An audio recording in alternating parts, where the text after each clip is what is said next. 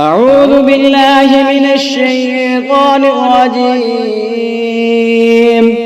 بسم الله الرحمن الرحيم.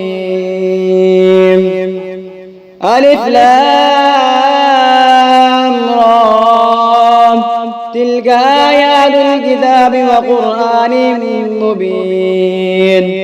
ربما يود الذين كفروا لو كانوا مسلمين، ذرهم يأكلوا ويتمتعوا ويلههم الأمل فسوف يعلمون. وما أهلكنا من قرية إلا ولها كتاب معلوم، ما تسبق من أمة أجلها وما يستأخرون. وقالوا يا أيها الذي نزل عليه الذكر إنك لمجنون، لو ما تأتينا بالملائكة إن كنت من الصادقين، ما ننزل الملائكة إلا بالحق وما كانوا إذا منظرين. إنا نحن نزلنا الذكر وإنا له لحافظون. ولقد أرسلنا من قبلك في شيع الأولين، وما يأتيهم من رسول إلا كانوا به يستهزئون. كذلك نسلكه في قلوب المجرمين، لا يؤمنون به وقد خلت سنة الأولين. ولو فتحنا عليهم بابا من السماء فظلوا فيه يعرجون، لقالوا إنما سكرت أبصارنا بل نحن قوم مسحورون. ولقد جعلنا في السماء بروجا وزيناها للناظرين، وحفظناها من كل شيطان رجيم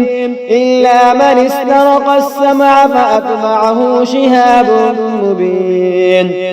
والأرض مددناها وألقينا فيها رواسي وأنبتنا فيها من كل شيء موزون، وجعلنا لكم فيها معايش ومن لستم له برازقين. وإن من شيء إلا عندنا خزائنه وما ننزله إلا بقدر معلوم. وأرسلنا الرياح لواقح فأنزلنا من السماء ماء فأسقيناكم وما أنتم له بخازنين. وإنا لنحن نحيي ونميت ونحن الوارثون. ولقد علمنا المستقدمين منكم ولقد علمنا المستأخرين،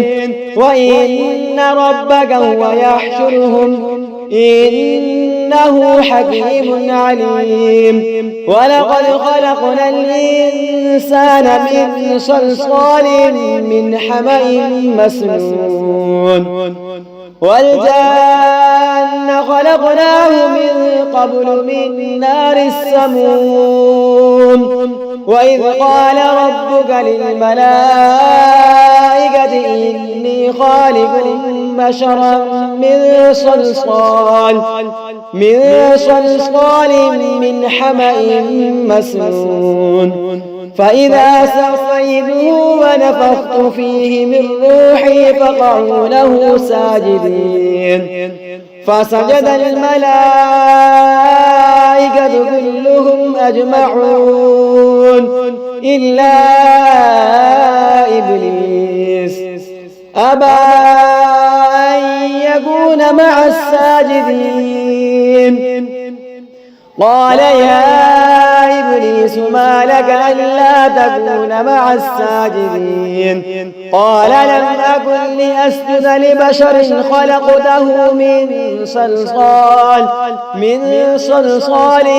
من حمأ مسنون قال فاخرج منها فإنك رجيم وإن عليك اللعنة إلى يوم الدين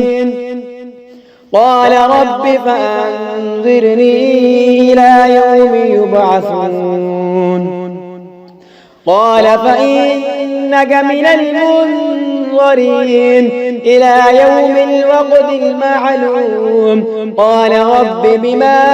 أغويتني لأزينن لهم في الأرض ولأغوينهم أجمعين إلا عبادك منهم المخلصين قال هذا صراط علي مستقيم إن عبادي ليس لك عليهم سلطان إلا من اتبعك من الغاوين وإن جهنم لموعدهم أجمعين لها 7 أبواب لكل باب منهم جزء مقسوم إن المتقين في جنات وعيون ادخلوها بسلام آمنين ونزعنا ما في صدورهم من غل إخوانا على سرر متقابلين لا يمسهم فيها نصب وما هم منها بمخرجين نبئ عبادي أني أنا الغفور الرحيم وأن عذابي هو العذاب الأليم ونبئهم عن ضيف إبراهيم إذ دخلوا عليه فقالوا سلاما قال إنا منكم وجلون قالوا لا توجل إنا نبشرك بغلام عليم قال أبشرتموني على أن مسني الكبر فبم تبشرون قالوا بشرناك بالحق فلا تكن من القانتين قال فمن يقنط من رحمة ربه إلا الضالون قال فما خطبكم أيها المرسلون قالوا إنا أرسلنا إلى قوم مجرمين إلا آل لوط إنا لمنجوهم أجمعين إلا امرأته قدرنا إنها لمن الغابرين فلما جاء آل لوط المرسلون قال إنكم قوم منكرون قالوا بل جئناك بما كانوا فيه يمترون وأتيناك بالحق وإنا لصادقون فأسر بأهلك بقطع من الليل واتبع أدبارهم ولا يلتفت منكم أحد وامضوا حيث تؤمرون وقضينا إليه ذلك الأمر أن دابر هؤلاء مقطوع مصبحين وجاء أهل المدينة يستبشرون قال إن هؤلاء ضيفي فلا تفضحون واتقوا الله ولا تخزون قالوا أولم ننهك عن العالمين قال هؤلاء بناتي إن كنتم فاعلين لعمرك إنهم لفي سكرتهم يعمهون فأخذتهم الصيحة مشرقين فجعلنا عاليها سافلها وأمطرنا عليهم حجارة من سجين إن في ذلك لآيات للمتوسمين وإنها لبسبيل مقيم إن في ذلك لآية للمؤمنين وإن كان أصحاب الأيكة لظالمين فانتقمنا منهم وإنهما لبإمام مبين ولقد كذب أصحاب الحجر المرسلين وآتيناهم آياتنا فكانوا عنها معرضين وكانوا ينحتون من الجبال بيوتا آمنين فأخذتهم الصيحة مصبحين فما أغنى عنهم ما كانوا يكسبون وما خلقنا السماوات والأرض وما بينهما إلا بالحق وإن الساعة لآتية فاصفح الصفح الجميل إن ربك هو الخلاق العليم ولقد آتيناك سبعا من المثاني والقرآن العظيم لا تمدن عينيك إلى ما متعنا به أزواجا منهم ولا تحزن عليهم واخفض جناحك للمؤمنين وقل إني أنا النذير المبين كما أنزلنا على المقتسمين الذين جعلوا القرآن عظيم فوربك لنسألنهم أجمعين عما كانوا يعملون فاصدع بما تؤمر وأعرض عن المشركين إنا كفيناك المستهزئين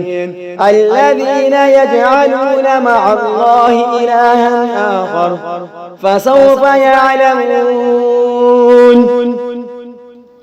ولقد نعلم أنك يضيق صدرك بما يقولون فسبح بحمد ربك وكن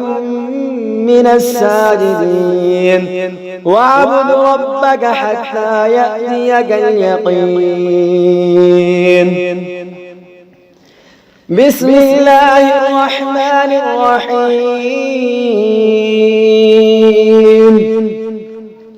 أتى أمر الله فلا تستعجلون سبحانه وتعالى عما يشركون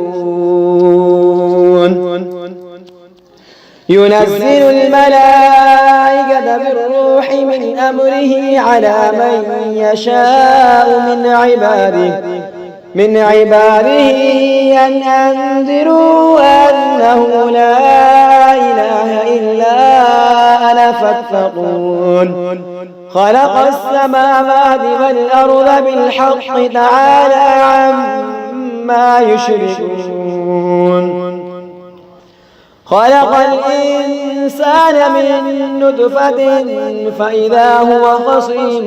مبين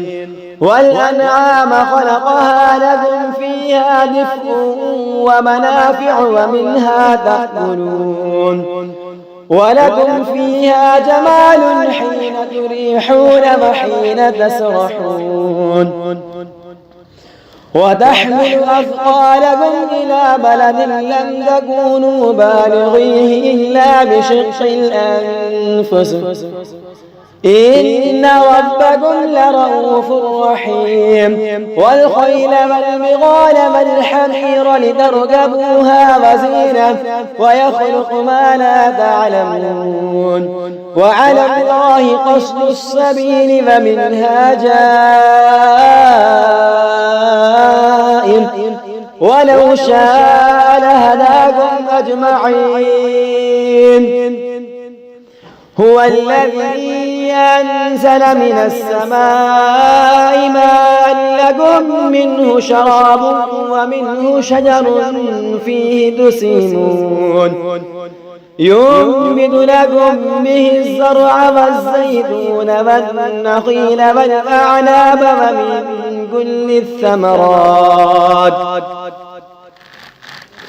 إن في ذلك لآية لقوم يتفكرون وسخر لكم الليل والنهار والشمس والقمر والنجوم مسخرات بأمره إن في ذلك لآيات لقوم يعقلون وما ذرأ لكم في الأرض مختلفا ألوانه إن في ذلك لآية لقوم يذكرون وهو الذي سخر البحر لتأكلوا منه لحما طريا وتستخرجوا منه حلية تلبسونها وترى الفلك مواخر فيه ولتبتغوا من فضله ولعلكم تشكرون وألقى في الأرض رواسي أن تميد بكم وأنهارا وسبلا لعلكم تهتدون وعلامات وبالنجم هم يهتدون أفمن يخلق كمن لا يخلق أفلا تذكرون وإن تعدوا نعمة الله لا تحصوها إن الله لغفور رحيم والله يعلم ما تسرون وما تعلنون والذين يدعون من دون الله لا يخلقون شيئا وهم يخلقون أموات غير أحياء وما يشعرون أيان يبعثون إلهكم إله واحد فالذين لا يؤمنون بالآخرة قلوبهم منكرة وهم مستكبرون لا جرم أن الله يعلم ما يسرون وما يعلنون إنه لا يحب المستكبرين وإذا قيل لهم ماذا أنزل ربكم قالوا أساطير الأولين ليحملوا أوزارهم كاملة يوم القيامة ومن أوزار الذين يضلونهم بغير علم ألا ساء ما يذرون قد مكر الذين من قبلهم فأتى الله بنيانهم من القواعد فخر عليهم السقف من فوقهم وأتاهم العذاب من حيث لا يشعرون ثم يوم القيامة يخزيهم ويقول أين شركائي الذين كنتم تشاقون فيهم قال الذين أوتوا العلم إن الخزي اليوم والسوء على الكافرين الذين تتوفاهم الملائكة ظالمي أنفسهم فألقوا السلم ما كنا نعمل من سوء بلى إن الله عليم بما كنتم تعملون فادخلوا أبواب جهنم خالدين فيها فلبئس مثوى المتكبرين. وقيل للذين اتقوا ماذا أنزل ربكم قالوا خيرا للذين أحسنوا في هذه الدنيا حسنة ولدار الآخرة خير ولنعم دار المتقين. جنات عدن يدخلونها تجري من تحتها الأنهار لهم فيها ما يشاءون كذلك يجزي الله المتقين الذين تتوفاهم الملائكة طيبين يقولون سلام عليكم ادخلوا الجنة بما كنتم تعملون. هل ينظرون إلا أن تأتيهم الملائكة أو يأتي أمر ربك كذلك فعل الذين من قبلهم وما ظلمهم الله ولكن كانوا أنفسهم يظلمون. فأصابهم سيئات ما عملوا وحاق بهم ما كانوا به يستهزئون. وقال الذين أشركوا لو شاء الله ما عبدنا من دونه من شيء نحن ولا آباؤنا ولا حرمنا من دونه من شيء كذلك فعل الذين من قبلهم فهل على الرسل إلا البلاغ المبين. ولقد بعثنا في كل أمة رسولا أن اعبدوا الله واجتنبوا الطاغوت فمنهم من هدى الله ومنهم من حقت عليه الضلالة فسيروا في الأرض فانظروا كيف كان عاقبة المكذبين. إن تحرص على هداهم فإن الله لا يهدي من يضل وما لهم من ناصرين. وأقسموا بالله جهد أيمانهم لا يبعث الله من يموت بلى وعدا عليه حقا ولكن أكثر الناس لا يعلمون. ليبين لهم الذي يختلفون فيه وليعلم الذين كفروا أنهم كانوا كاذبين. إنما قولنا لشيء إذا أردناه أن نقول له كن فيكون. والذين هاجروا في الله من بعد ما ظلموا لنبوئنهم في الدنيا حسنة ولأجر الآخرة أكبر لو كانوا يعلمون. الذين صبروا وعلى ربهم يتوكلون. وما أرسلنا من قبلك إلا رجالا نوحي إليهم فاسألوا أهل الذكر إن كنتم لا تعلمون. بالبينات والزبر وأنزلنا إليك الذكر لتبين للناس ما نزل إليهم ولعلهم يتفكرون. أفأمن الذين مكروا السيئات أن يخسف الله بهم الأرض أو يأتيهم العذاب من حيث لا يشعرون أو يأخذهم في تقلبهم فما هم بمعجزين أو يأخذهم على تخوف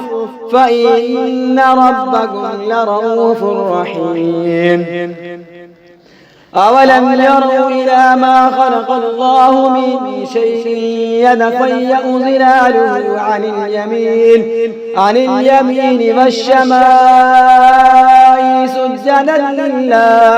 والشمائل سجدا لله وهم داخلون ولله يسجد ما في السماوات وما في الأرض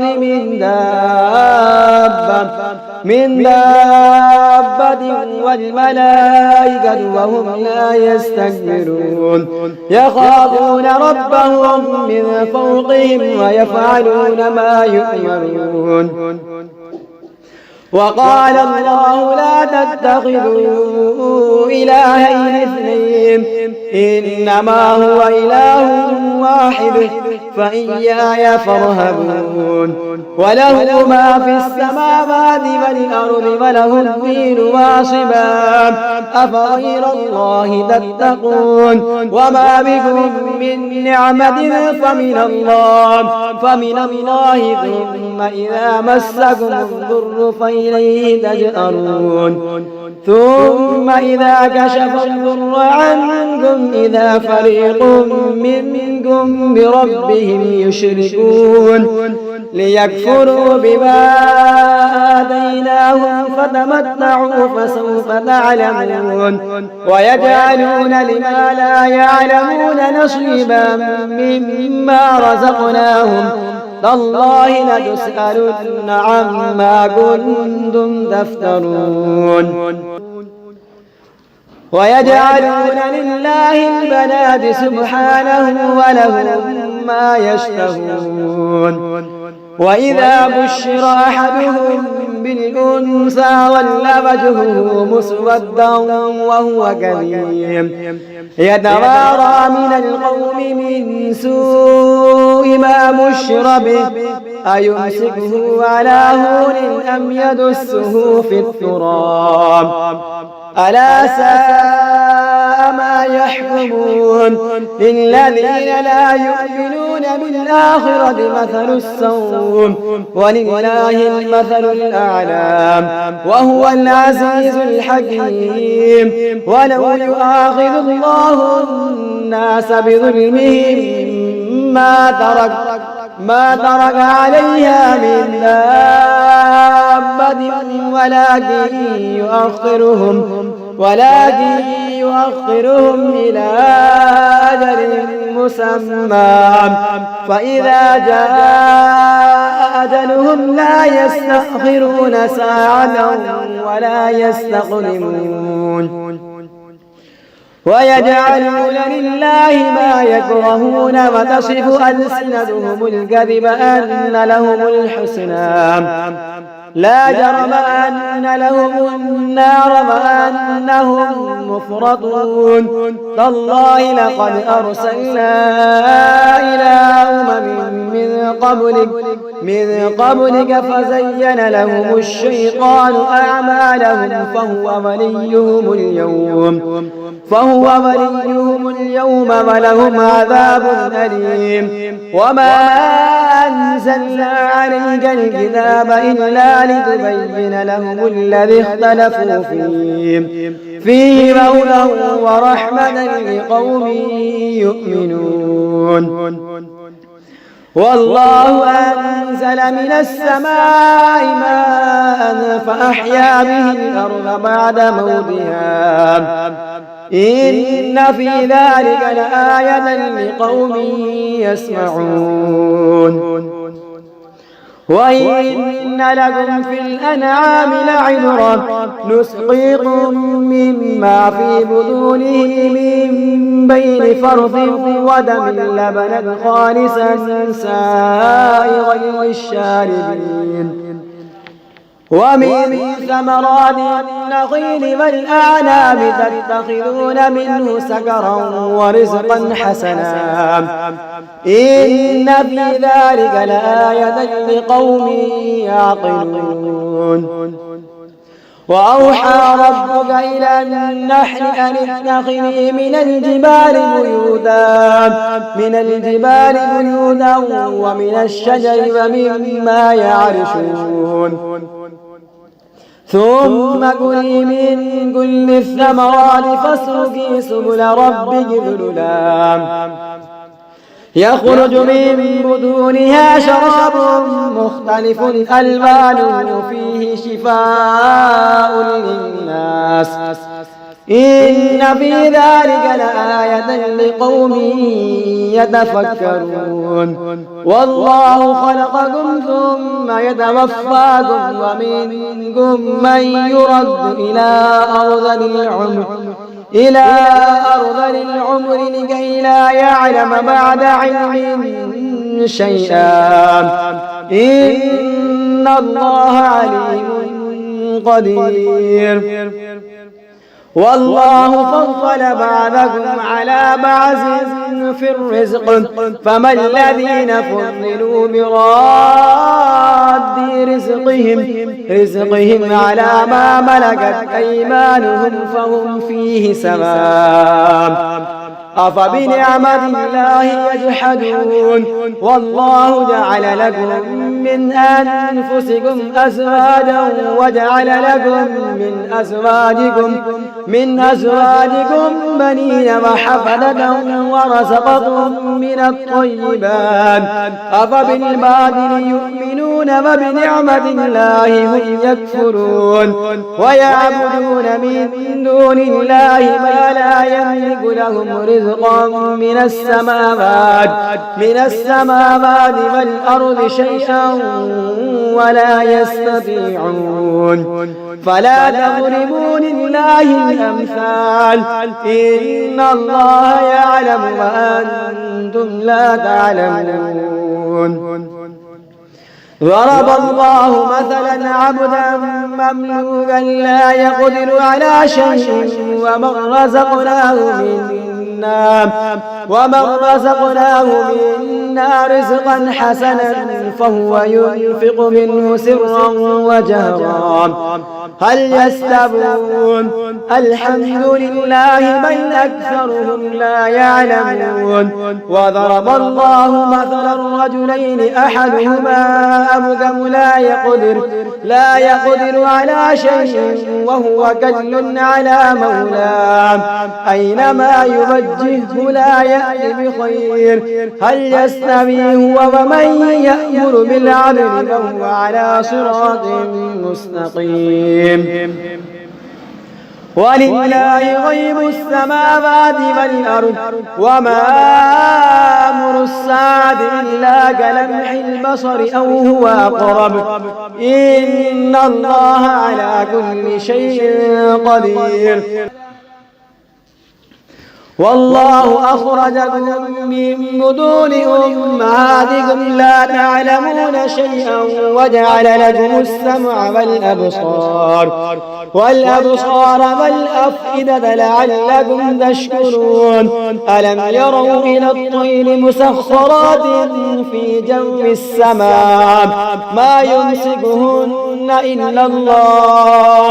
إن في ذلك لآيات لقوم يؤمنون والله جعل لكم من بيوتكم سكنا وجعل لكم من جلود الأنعام بيوتا تستخفونها يوم ظعنكم ويوم إقامتكم ومن أصوافها وأوبارها وأشعارها أثاثا ومتاعا إلى حين والله جعل لكم مما خلق ظلالا وجعل لكم من الجبال أكنانا وجعل لكم سرابيل تقيكم الحر وسرابيل تقيكم بأسكم كذلك يتم نعمته عليكم لعلكم تسلمون فإن تولوا فإنما عليك البلاغ المبين يعرفون نعمة الله ثم ينكرونها وأكثرهم الكافرون ويوم نبعث من كل أمة شهيدا ثم لا يؤذن للذين كفروا ولا هم يستعتبون وإذا رأى الذين ظلموا العذاب فلا يخفف عنهم ولا هم ينظرون وإذا رأى الذين أشركوا شركاءهم قالوا ربنا هؤلاء شركاؤنا الذين كنا ندعو من دونك فألقوا إليهم القول إنكم لكاذبون وألقوا إلى الله يومئذ السلم وضل عنهم ما كانوا يفترون الذين كفروا وصدوا عن سبيل الله زدناهم عذابا فوق العذاب بما كانوا يفسدون ويوم نبعث في كل أمة شهيدا عليهم من أنفسهم وجئنا بك شهيدا على هؤلاء ونزلنا عليك الكتاب تبيانا لكل شيء وهدى ورحمة وبشرى للمسلمين إن الله يأمر بالعدل والإحسان وإيتاء ذي القربى وينهى عن الفحشاء والمنكر والبغي يعظكم لعلكم تذكرون وأوفوا بعهد الله إذا عاهدتم ولا تنقضوا الأيمان بعد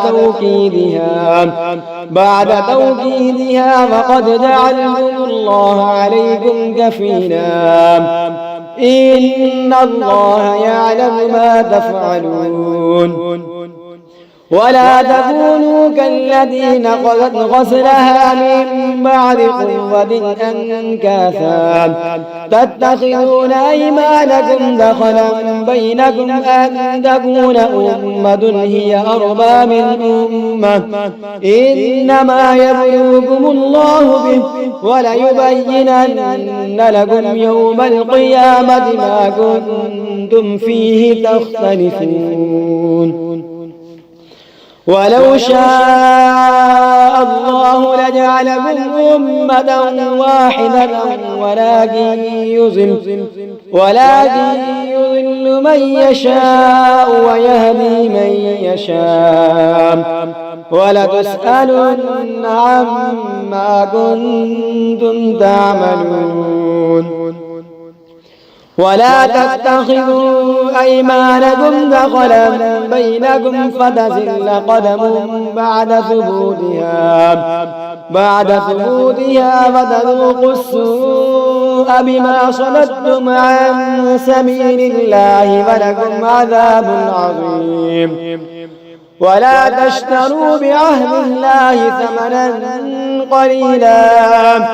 إنما عند الله هو خير لكم إن كنتم تعلمون ما عندكم ينفد وما عند الله باق ولنجزين الذين صبروا أجرهم بأحسن ما كانوا يعملون من عمل صالحا من ذكر أو أنثى وهو مؤمن فلنحيينه حياة طيبة ولنجزينهم أجرهم بأحسن ما كانوا يعملون فإذا قرأت القرآن فاستعذ بالله من الشيطان الرجيم إنه ليس له سلطان على الذين آمنوا وعلى ربهم يتوكلون إنما سلطانه على الذين يتولونه والذين هم به مشركون وإذا بدلنا آية مكان آية والله أعلم بما ينزل قالوا إنما أنت مفتر بل أكثرهم لا يعلمون قل نزله روح القدس من ربك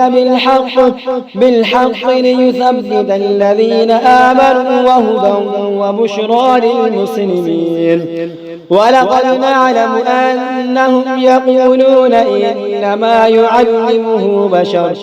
لسان الذي يلحدون إليه أعجمي وهذا لسان عربي مبين إن الذين لا يؤمنون بآيات الله لا يهديهم الله فلهم عذاب أليم إنما يفتري الكذب الذين لا يؤمنون بآيات الله وأولئك هم الكاذبون من كفر بالله من بعد إيمانه إلا من أكره وقلبه مطمئن بالإيمان ولكن من شرح بالكفر صدرا فعليهم غضب من الله ولهم عذاب عظيم ذلك بأنه مستحب الحياة الدنيا على الآخرة وأن الله لا يهدي القوم الكافرين أولئك الذين طبع الله على قلوبهم وسمعهم وأبصارهم وأولئك هم الغافلون لا جرم أنهم في الآخرة هم الخاسرون ثم إن ربك للذين هاجروا من بعد ما فتنوا ثم جاهدوا وصبروا إن ربك من بعدها لغفور رحيم يوم تأتي كل نفس تجادل عن نفسها وتوفى كل نفس ما عملت وهم لا يظلمون وضرب الله مثلا قرية كانت آمنة مطمئنة يأتيها رزقها رغدا من كل مكان فكفرت بأنعم الله فأذاقها الله لباس الجوع والخوف بما كانوا يصنعون ولقد جاءهم رسول منهم فكذبوه فأخذهم العذاب وهم ظالمون فكلوا مما رزقكم الله حلالا طيبا واشكروا نعمة الله إن كنتم إياه تعبدون إنما حرم عليكم الميتة والدم ولحم الخنزير وما أهل لغير الله به فمن اضطر غير باغ ولا عاد فإن الله غفور رحيم ولا تقولوا لما تصف ألسنتكم الكذب هذا حلال وهذا حرام لتفتروا على الله الكذب إن الذين يفترون على الله الكذب لا يفلحون متاع قليل ولهم عذاب أليم وعلى الذين هادوا حرمنا ما قصصنا عليك من قبل وما ظلمناهم ولكن كانوا أنفسهم يظلمون ثم إن ربك للذين عملوا السوء بجهالة ثم تابوا من بعد ذلك وأصلحوا إن ربك من بعدها لغفور رحيم إن إبراهيم كان أمة قانتا لله حنيفا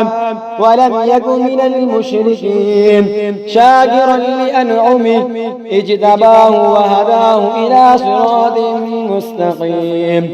وآتيناه في الدنيا حسنة وإنه في الآخرة لمن الصالحين ثم أوحينا إليك أن اتبع ملة إبراهيم حنيفا وما كان من المشركين إنما جعل السبت على الذين اختلفوا فيه وإن ربك ليحكم بينهم يوم القيامة فيما كانوا فيه يختلفون ادع إلى سبيل ربك بالحكمة والموعظة الحسنة